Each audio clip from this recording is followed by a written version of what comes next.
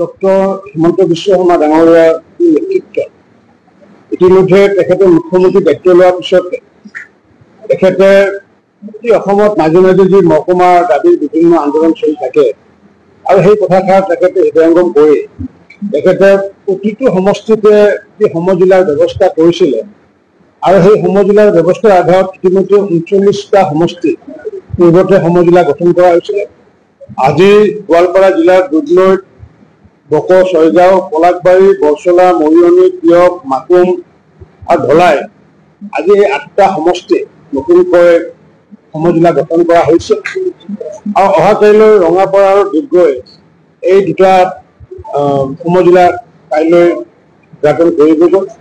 মই সাধাৰণ প্ৰশাসন বিভাগৰ মন্ত্ৰী হিচাপে মই মাননীয় মুখ্যমন্ত্ৰী ডক্টৰ হিমন্ত বিশ্ব শৰ্মা ডাঙৰীয়াক আন্তৰিক ধন্যবাদ জনাইছোঁ যে তেখেতে ইতিমধ্যে ৪৯টা সমষ্টি এই সমজিলা স্থাপন কৰি ৰাইজ আৰু প্ৰশাসনক একত্ৰিতভাৱে কাম কৰাৰ সুযোগ দিয়াৰ উপৰিও ৰাইজে যাতে কম খৰচত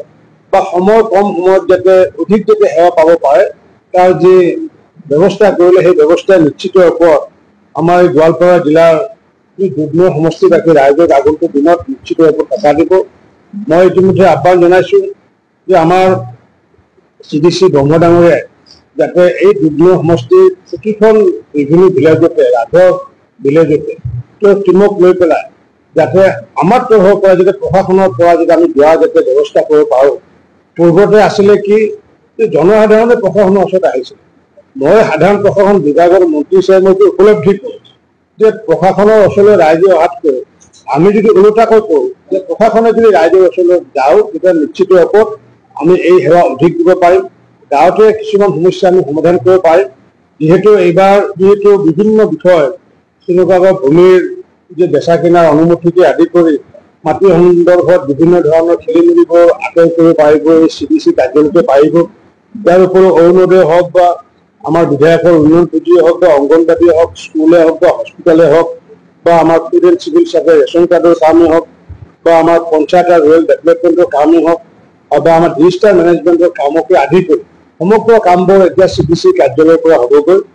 আৰু লগতে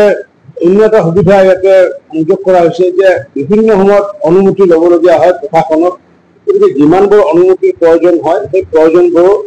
আগন্তুক দিনত CDC কাৰ্যালয়ৰ পৰা হ'বগৈ। কাৰণ CDC লেভেলৰ যিহেতু SP ইয়াতে নিযুক্তি দিয়া হৈছে, গতিকে মই ভাবোঁ যে দুয়োগৰাকী মুৰব্বী বিশেষকৈ CDC আৰু লগতে CDC SP দুয়োগৰাকী আগন্তুক দিনত দুধনৈ বাকী ৰাইজৰ যিমানখিনি সমস্যা আছে সমস্যাখিনি